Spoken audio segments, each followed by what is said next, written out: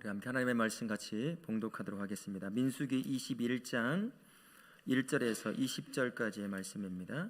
우리 서로를 향해서 예수님 안에서 사랑하고 축복합니다 라고 인사하도록 하겠습니다. 예수 안에서 사랑하고 축복합니다. 예수님 안에서 사랑하고 축복합니다.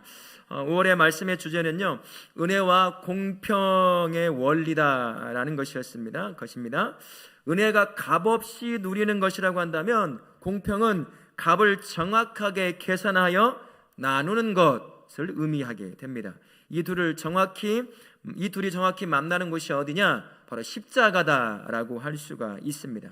예수님이 우리의 죄값을 정확히 치르셨기 때문에 우리가 그 은혜를 값없이 누리게 된 것이죠. 하나님은 공평하시고 동시에 은혜로우신 분이십니다. 우리가 그것을 꼭 기억하실 수 있길 바랍니다. 공평이라고 하는 단어 우리가 너무나 잘 알고 있지만 어떤 것이 공평이라고 할 수 있을까요? 공평이다 한 것, 이런 의미가 되는 것 같아요.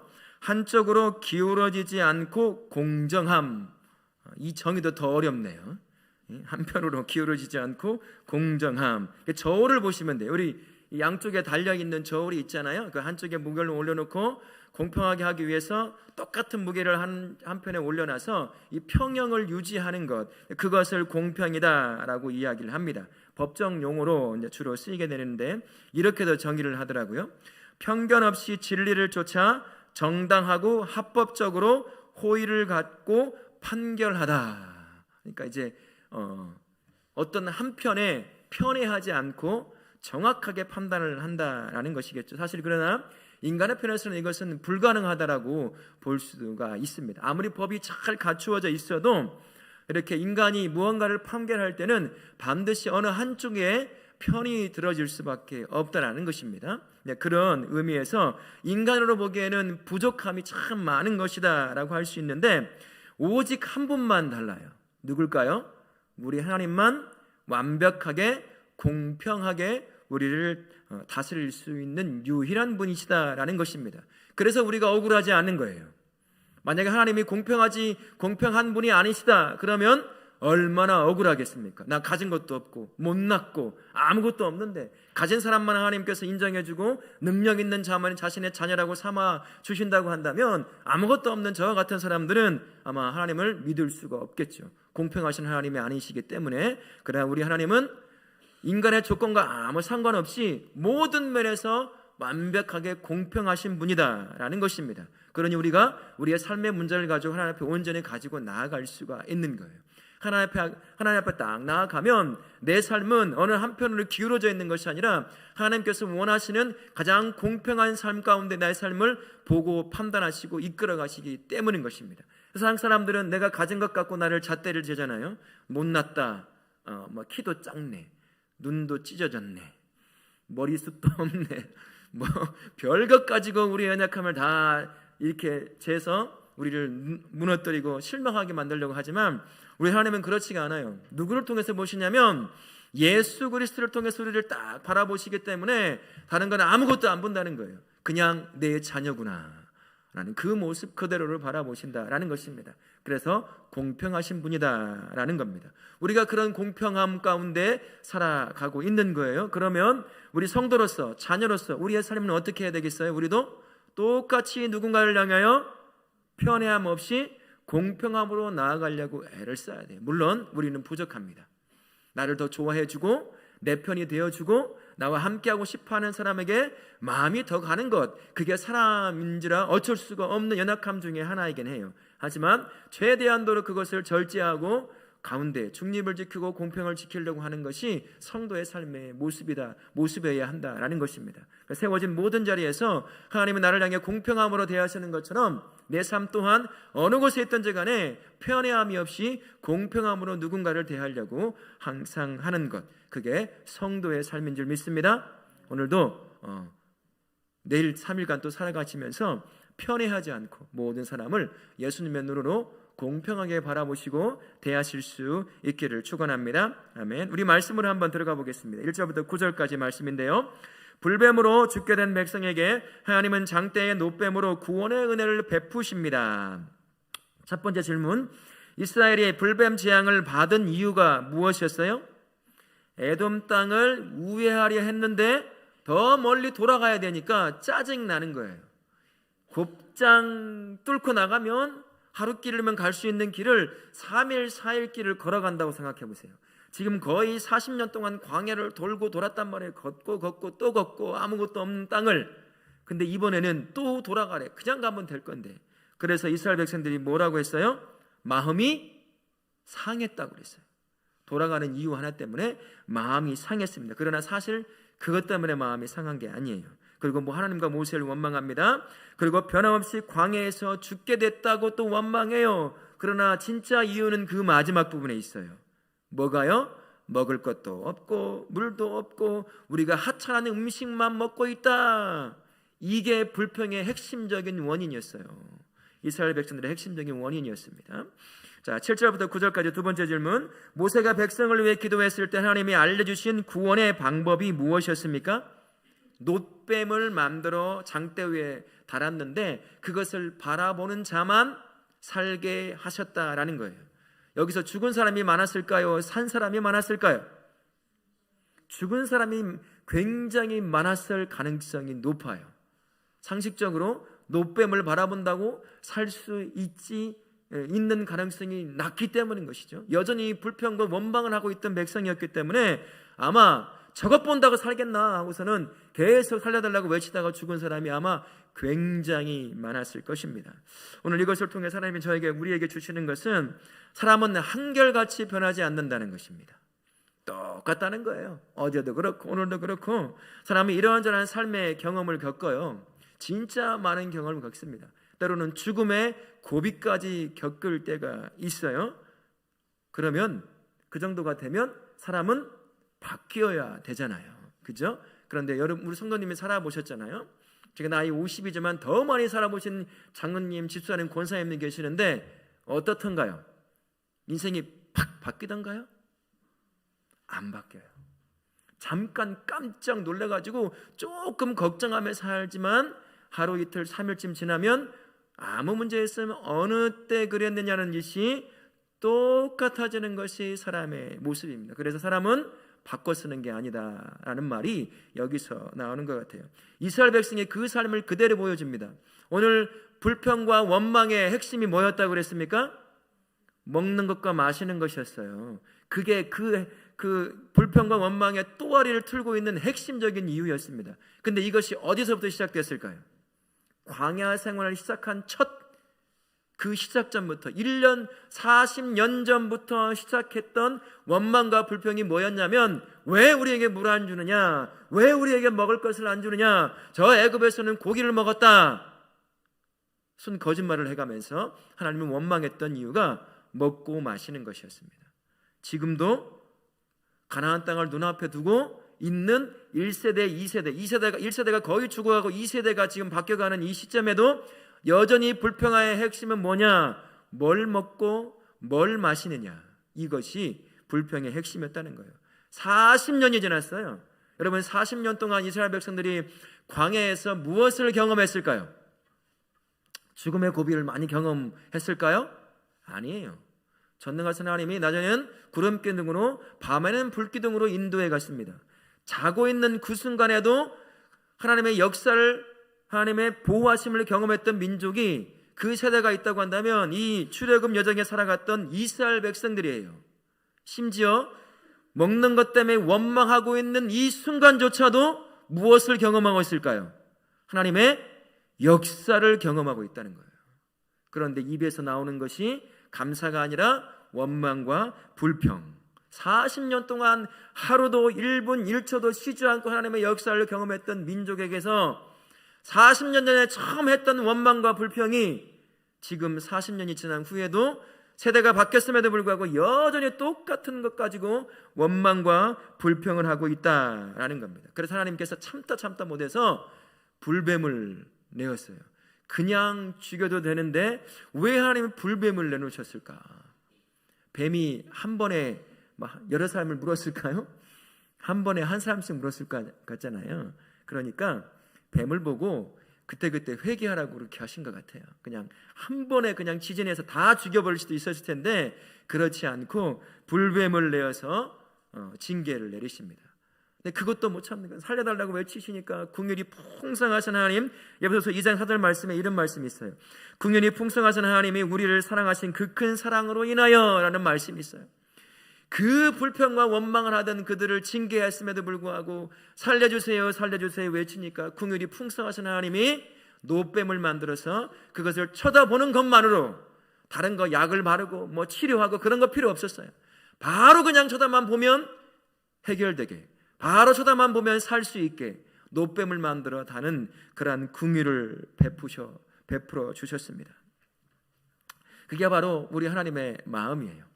끊임없는 원망과 불평을 하지만 그 백성들을 향한 하나님의 마음은 무엇이냐면 잴 수 없는 긍휼의 마음을 가지고 계시다라는 것입니다. 그것이 언제 인류 모든 역사에 다 드러났냐면 예수 그리스도의 십자가에서 드러났습니다. 노뱀은 예수 그리스도의 예표예요. 예수님께서 십자가에 딱 달리시고 그분을 딱 바라보는 모든 자들에게 하나님께서는 누구든, 살인자든 누구든 간에 그분을 바라보고 그분을 믿는 모든 자들에게 하나님께서 구원을 허락하셨습니다. 다른 것이 아니라 고행을 쌓고 종교적 열심을 쌓는 그 삶을 통해 구원을 주시는 것이 아니라 십자가 달리신 예수님만 바라보고 믿기만 하면 이 땅에서 얻을 수 없는 구원을 주신 분, 그분이 바로 노뱀처럼 달리신 예수 그리스도라는 것입니다. 그러니 우리가 세상을 바라볼 필요가 없는 거죠. 누구를 바라봐야 되겠어요? 십자가에 달리신 예수 그리스도를 바라보는 자, 그러한 그 사람이 바로 구원을 누릴 수 있는 줄 믿습니다. 오늘 하루 그리고 내일 또 일주일간의 삶의 모든 순간마다 매일같이 우리에게 연약한 우리에게 구원을 주시기를 원하시는 그 하나님, 세상에 없습니다. 십자가에 달리신 예수를 바라볼 때만이 구원을 누릴 수 있을 줄 믿습니다. 그러니 다른 것 바라보지 마시고 오직 십자가에 달리신 예수 그리스도만 바라보실 수 있기를 예수님의 이름으로 축원합니다. 아멘. 첫 번째 은혜를 한번 나눠보면 이렇습니다. 이스라엘은 호르마에서 승리하게 하신 하나님의 은혜를 금세 잊고 원망과 불평을 늘어놓기 시작했습니다. 광야 생활 내내 그래왔듯 떡과 물이 원망의 이유였습니다. 하나님의 은혜를 잊게 하고 원망과 불평의 마음을 자극하는 나만의 떡과 물은 무엇입니까? 질문해 봅니다. 성도는 하나님을 기억하고 은혜를 기억하는 삶을 살아야 돼요. 뭐 해야 된다고요? 하나님을 기억해내는 능력. 그래서 성령과 동행해야 돼요. 나에게 베푸신 은혜를 기억해내는 능력, 그것을 꼭 갖추고 있어야 됩니다. 성도가 삶에서 원망하고 불평하는 이유가 뭘까요? 나에게 베푸신 구원의 은혜를 너무 쉽게 잊는다는 거예요. 너무 쉽게 잊어버려요. 이스라엘 백성이 그러한 사람들이었습니다. 여러분, 붕어가 IQ가 얼마나 되는 줄 아세요? 이 IQ를 어떻게 됐는지는 모르겠지만 붕어 IQ가 몇이냐면 3이에요. 3. 정말 똑똑한 붕어가 IQ가 몇이냐면 6이에요. 6이야. 기억력 정도는 한 3초점 간다고 그러네요. 이스라엘 백성이 붕어와 같았어요. 똑같았습니다. 붕어보다 더 못한 사람인지도 모르겠어요. 원망하고 불평하고 있는 그 순간조차도 하나님의 역사를 경험하고 있는 상태예요. 그런데 옆에서 역사가 일어나고 경험하고 있는데도 하나님을 잃어버리고 원망하고 불평하는 거예요. 붕어마도 못한 사람이죠. 발람은 짐승만도 못했거든요. 나귀만도 못했어요. 근데 이스라엘 백성 전체는 붕어마도 못한 사람이었다는 거예요. 근데 그 삶이 이스라엘 백성만의 삶이겠습니까? 저와 우리도 별반 다르지 않다는 거예요. 붕어의 영적 IQ를 가지고 있어요. 3 정도? 많아봐야 6 정도? 오늘 문 열고 딱 나가면 무슨 말씀을 들었는지, 내일 잠을 뚝 자고 눈 뜨면 어제 내가 예배를 드렸는지 말았는지 꿈속에 있었는지 그것조차도 잃어버리고 살아갈지도 모르겠습니다. 우리도 똑같아요. 이스라엘 백성을 뭐라 할 필요가 없다는 거죠. 우리도 하나님의 역사를 잃어버리는 사람, 하나님과 동행했던 삶, 어제까지 하나님의 은혜를 그렇게 고백하며 살았지만 오늘 딱 눈을 뜨면 언제 그랬느냐는 듯이 먹을 것 없다고 불평하고, 돈 없다고 불평하고, 이렇다고 불평하고 저렇다고 원망하고 그렇게 살아가는 것이 저와 우리의 삶이다라는 것입니다. 근데 불평하는 것이 정말 가치 있고 정말 생명과도 직결되는 그런 것이라고 한다면 조금이나마 이해가 될 수 있을 것 같아요. 우리 뭐 갖고 불평하나요? 하나님, 내가 하나님을 알지 못함에 정말 답답해 죽겠습니다. 이거 가지고 난 매일같이 불평한다 하는 분 손 한번 들어보세요. 나 하나님을 매일같이 뜨겁게 찾고 경험하고 싶은데 그렇게 살지 못하는 내 삶이 너무나 안타깝고 답답합니다 라고 불평하는 사람 분 계시면 손 한번 들어보세요. 아무도 없어요. 뭐 갖고 우리 불평할까요? 돈 갖고 불평해요. 더 못 가진 것 갖고 불평해요. 33평 아파트 살면 만족할 줄 알았는데 45평 아니라고 불평하죠. 예? 현대 아파트만 살아도 좋았는데 이젠 에코가 보여요? 거기 못 가니까 불평하는 거죠. 수많은 불평과 불평, 생명이 아니라 이 땅에 잠시 있다가 없어져 버릴 무가치한 것들에 대해서 끊임없이 불평하고 있다는 거예요. 이스라엘 백성이 그렇게 했습니다. 여전히 먹고 마시면서도 불구하고 불평하고 있던 사람, 그 사람들이 다 이스라엘 백성이었고 그 모습이 저와 우리의 모습이다라는 것입니다. 하나님으로 채워져야 할 사람이 이 땅의 것들로 자꾸 채우려고 하니 이 땅의 것으로는 진짜 하나님의 사람은 만족을 모르거든요. 만족할 수가 없어요. 하나님의 형상으로 만들어진 사람은 누구로 채워져야 만족한다고 그랬습니까?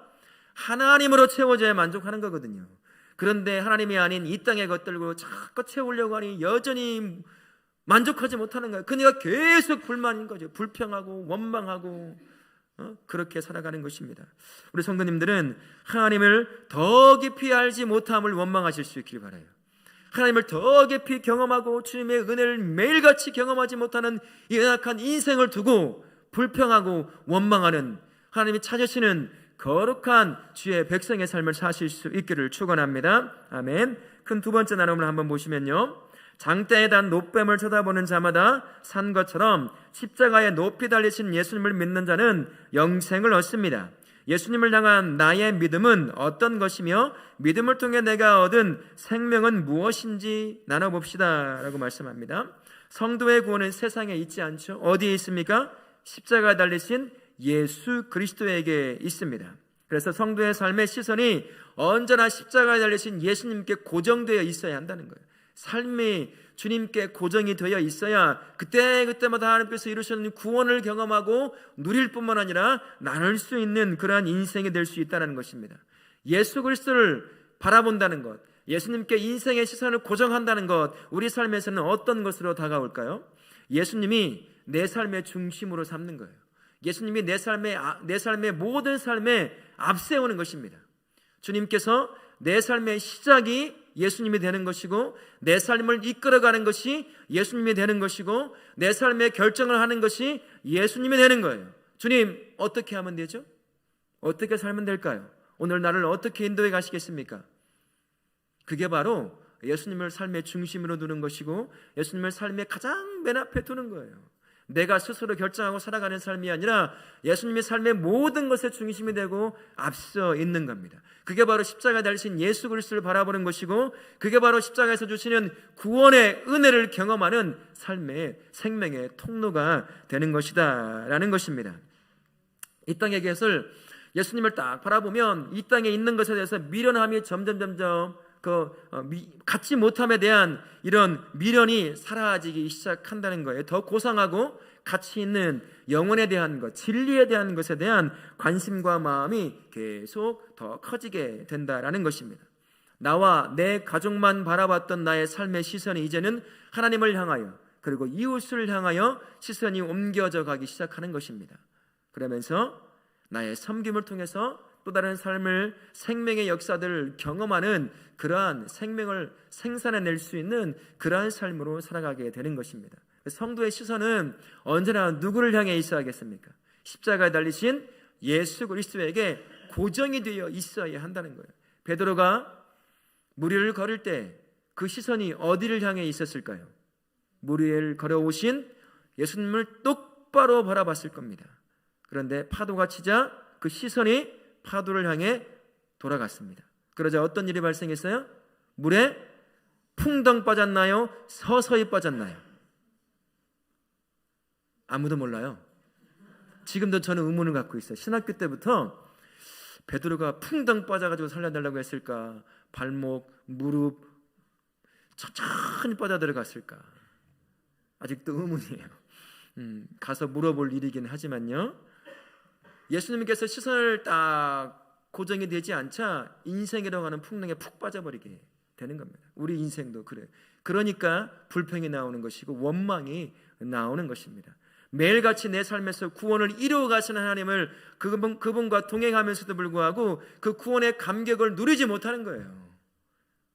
만족하지 못하고 계속 불평하고 원망하며 살아가는 삶밖에 되지 않는다는 것입니다. 그러니 우리가 성도라고 한다면 나의 삶의 시선이, 초점이 십자가에 달리신 예수님께 고정되어 있어야 될 줄 믿습니다. 아멘.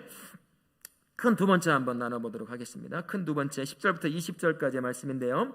이스라엘은 모압 경계를 지나 비스가 산까지 행진합니다. 첫 번째 질문, 이스라엘의 진을 친 아르논은 어느 지역 간의 경계가 되는 땅입니까?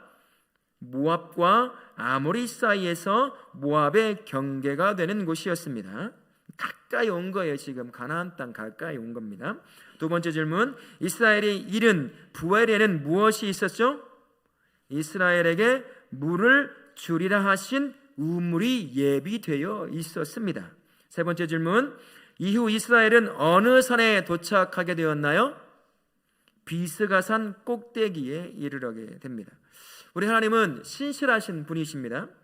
비스가산은 어느 산이냐면 느보산이에요. 여러분, 느보산이 어떤 산일까요? 느보산, 모세가 죽은 산이에요. 무슨 말이냐면 모세가 죽을 때 어디를 바라보고 죽었을까요? 자신이 그렇게 들어가길 소망했던 가나안 땅을 바라보며 거기서 몸이 쇠하지 않은 채 눈도 그대로 젊은이처럼 밝은 그 채로 그냥 죽어 살 나라로 가게 된 그 산이 바로 이 느보산, 다른 말로 하면 비스가산이라고 할 수 있습니다. 모세가 죽은 그 산인 바로 가나안 땅이 보여지는 그 땅이에요. 그 산이에요. 무슨 말이겠어요? 이스라엘 백성이 지금 어디에 와 있냐면 가나안 땅 바로 코앞에까지 나와 이끌림 바 되어 세워졌다라는 것입니다. 수많은 불신, 수많은 원망과 불평이 있었음에도 불구하고 우리 하나님은 40년 동안 이스라엘 백성을 약속했던 가나안 땅까지 인도해 오신 겁니다. 수많은 불평이 있었고 원망이 있었고 대적이 있었습니다. 조금만 더우면 덥다, 물이 조금만 부족하면 부족하다, 먹을 것이 이전에 하찮다, 기회만 되면 불평하며 모세를 쳐 죽이려고 하고 아론을 쳐 죽이려고 하고 하나님을 대적했던 민족, 그 모든 불신과 원망과 불평을 다 뚫고 이스라엘 백성을 끝까지 인내하며 신실하심으로 가나안 약속의 땅까지 딱 끌고 오신 하나님, 그 하나님 우리가 믿는 신실하신 하나님이십니다. 우리 같으면 어떻겠어요? 40년 동안 우리가 이스라엘 백성을 우리가 이끌었다고 한번 생각해 보세요. 하루에도 수십 번씩 우리를 대적했어요. 하루에 100명씩만 죽여도 아마 1년이면 다 죽여버렸을 겁니다. 100명만 죽였겠어요? 이 승질이 풀릴 때까지 다 죽였겠죠. 근데 우리 하나님은 어땠어요? 끝까지 참고 인내하며 이스라엘 백성들을 약속해 하셨던 그 가나안 땅까지 신실함으로 이끌어 오셨어요. 이분이 바로 우리가 믿는 하나님이신 줄 믿습니다. 우리의 삶에 매일같이 누리는 구원의 감격, 내가 잘나서 누리는 걸까요? 내가 능력이 있어서요? 내가 신실해서? 내가 기도를 많이 하니까? 내가 하나님의 말씀 잘 붙잡고 살아가니까 내가 구원을 누리며 살아가는 것처럼 보이죠? 그렇지 않습니다. 우리 하나님의 신실하심 때문에 우리가 구원을 매일같이 경험하고 살아가는 거예요. 하나님의 신실함이 있으니까 지금 살고 있는 것입니다. 우리에게 구원하시겠다, 우리 삶의 구원을 이루시겠다라고 약속하셨기 때문에 그 신실함을 쫓아 구원을 이루시는 하나님, 그 하나님 때문에 지금 저와 우리가 살아서 여전히 불신과 원망과 불평을 하는 우리의 삶이지만 그 삶 가운데 여전히 변함없이 우리 삶에서 구원을 이루시고 그 구원을 경험하게 하시는 것입니다. 우리 하나님이 신실하신 하나님 때문에 우리가 그 구원을 누리고 있을 줄 믿습니다. 그러니 우리가 누구를 의지해야 되겠습니까? 내 능력, 내 신실함, 나 정도만 믿으면 되지, 나 정도만 기도 많이 하면 돼, 나 정도만 말씀 잘 붙잡고 살아가면 돼, 남들이 내가 신실하다고 얘기해 주잖아, 그러면 돼. 아니요, 그거 갖고 구원을 이룰 수 없습니다. 구원은 우리에게서 오는 것이 아니라 누구에서 오죠? 십자가 달리신 예수 그리스도에게서 오십니다. 그분이 신실함으로 우리 삶 가운데서 구원을 이루시기 때문에 우리가 구원을 누리며 성취하며 나누며 살 수 있는 것입니다. 그러니 우리 성도님들은 모두가 다 십자가에 달리신 예수 그리스도를 바라보실 수 있기를 축원합니다. 아멘. 마지막 세 번째 나누는 한번 보시면, 이스라엘 백성의 불신과 죄에도 불구하고 그들은 하나님의 용서와 성실 덕분에 계속 가나안으로 나아갈 수 있었습니다. 나의 불신과 불충보다 하나님의 은혜와 성실이 더 크고 강하다는 사실은 내게 어떤 위로를 줍니까? 이것을 경험한 적이 있습니까? 있으면 서로 나눠봅시다 라고 합니다. 사람은 언제나 실패합니다. 하지만 우리 하나님은 언제나 성공하시는 분이십니다. 사람 스스로는 구원을 이룰 수가 없죠. 구원을 이루려고 무언가를 한다 할지라도 언제나 실패할 수밖에 없습니다. 우리는 능력이 없기 때문이에요. 결국 구원을 이룰 수 없는 나 자신의 무능함을 바라보고 우리가 무엇을 겪겠습니까? 절망을 겪고 실망을 겪고 좌절함을 겪을 수밖에 없다라는 것입니다. 정말 열심히 잘 살아보려고 살아내려고 애를 쓰지만 결국 우리가 마지막에 얻는 것은 무엇이에요? 구원인가요? 아니에요. 영원한 죽음뿐입니다. 살려고 애를 쓰고 애를 써보지만 시간이 지나 어느 순간 내가 마지막으로 맛봐야 되는 것은 영원한 죽음뿐이라는 거예요. 이게 능력 없는 무능한 인간의 모습입니다. 절대로 인간 스스로는 구원의 길을 갈 수도 없을 뿐만 아니라 구원을 이룰 수도 없고 스스로 누릴 수도 없다라는 것입니다. 이런 사람에게 하나님은 언제나 은혜와 성실로 구원을 이루어 가시는 것입니다. 우리가 할 수 없으니까요. 그게 얼마나 우리에게 큰 은혜가 되는지 모릅니다. 나는 실패해서 구원의 길을 다다를 수 없고 구원해 보려고 애를 쓰지만 언제나 겪는 좌절함밖에 없겠지만 하나님은 내 안에 오셔서 함께 동행하시면서 내 삶에서 구원을 이루어 가시고 경험케 하신다는 것, 그것도 내가 무언가를 해서가 아니라 은혜 가운데 구원을 경험하게 하신다는 것, 그리고 그 구원을 보장해 주신다고 하시는 것, 그게 우리에게 얼마나 큰 삶의 기쁨과 용기를 주는지 모릅니다. 여러분 그렇게 믿고 계십니까? 아니면 나의 착실한 종교적 생활 때문에 내가 구원 얻는 것이지 하고 그렇게 생각하고 계십니까? 하나님이 주시는 구원은 그렇게 이루어지는 것이 아니라 십자가 되신 예수 그리스도를 믿는 믿음 안에서 오는 것이고 내 삶에 동행하시면서 내 삶에서 신이 역사하셔서 나에게 구원을 이루어 가시기 때문에 저와 우리가 구원을 누리는 줄 믿습니다. 구원을 누리는 자가 해야 될 일은 두 가지입니다. 내가 가진 작고 부족한 능력을 의지하는 것이 아니라 성실하게 나의 구원을 이루고 하시는 하나님을 철저하게 믿고 신뢰하며 쫓아가는 길뿐입니다. 그래야 그분이 이루시는 구원을 경험할 수 있다는 것입니다. 또한 어느 때든 어느 상황이건 구원을 이루시는 하나님을 믿을 수 있는 믿음을 간구하는 수밖에 없어요. 우리는 눈에 보이고 귀에 들려지는 그러한 것들에 쉽게 마음 상하고 무너지는 것이 우리의 연약한 인간이 아니겠습니까? 그러니 상황에 따라서 흔들리고 사건에 따라서 흔들리는 그러한 것이 아니라 어느 상황이건 구원을 누릴 수 있는 그 믿음을 달라고, 흔들리지 않는 믿음을 달라고 간구해야 될 것, 그것이 바로 사람, 즉 믿는 성도가 해야 될 삶의 모습이다라는 것입니다. 우리 성도님들은 자신과 세상이 아니라 오직 하나님만을 철저히 의지함으로 말미암아 그분을 통해서 누리게 되는 그 구원함을 매일같이 누릴 뿐만 아니라 그 구원을 누리는 삶을 통해서 수많은 사람들에게 그 구원의 은혜를 흘려보내는 복된 인생 사실 수 있기를 예수님의 이름으로 축원합니다. 아멘. 예수 안에서 사랑하는 성도님들은 하나님이 어떤 분이신지 기억해내는 것이 중요해요. 붕어처럼 방금 경험하고 잊어버리는 참 불쌍한 존재가 되는 것이 아니라 매일같이 나에게 은혜를 베푸시고 구원을 경험하게 하시는 그 하나님을 순간순간마다 기억해낼 수 있는 능력, 그게 성도에게 필요한 능력인 것 같아요. 삶을 살다 보면 눈에 보이고 귀에 들려지고 만져지는 것들이 너무 많다 보니까 하나님을 잘 기억나지 않을 때가 너무 많아요. 당장 눈앞에 있는 돈, 건강, 자식, 남편, 아내, 성공, 가진 것, 금은보화, 그것들이 다 눈에 보이니까 매 순간 나의 삶에서 구원을 이루시는 하나님이 기억나지 않는 거예요. 그게 딱 눈이 가려져가지고, 그래서 그렇게 살다가 내가 얻고 싶은 건 못 얻으면 하나님 나는 뭡니까? 왜 나는 사랑해 주지 않는 거예요? 내 기도는 왜 들어주지 않는 거죠? 내 인생은 왜 이 모양입니까? 내 자식은 왜 이 모양이에요? 그렇게 불평과 원망만 하게 되는 인생으로 전락해버리는 것입니다. 긍휼이 풍성하신 하나님을 매 순간 기억하실 수 있길 바랍니다.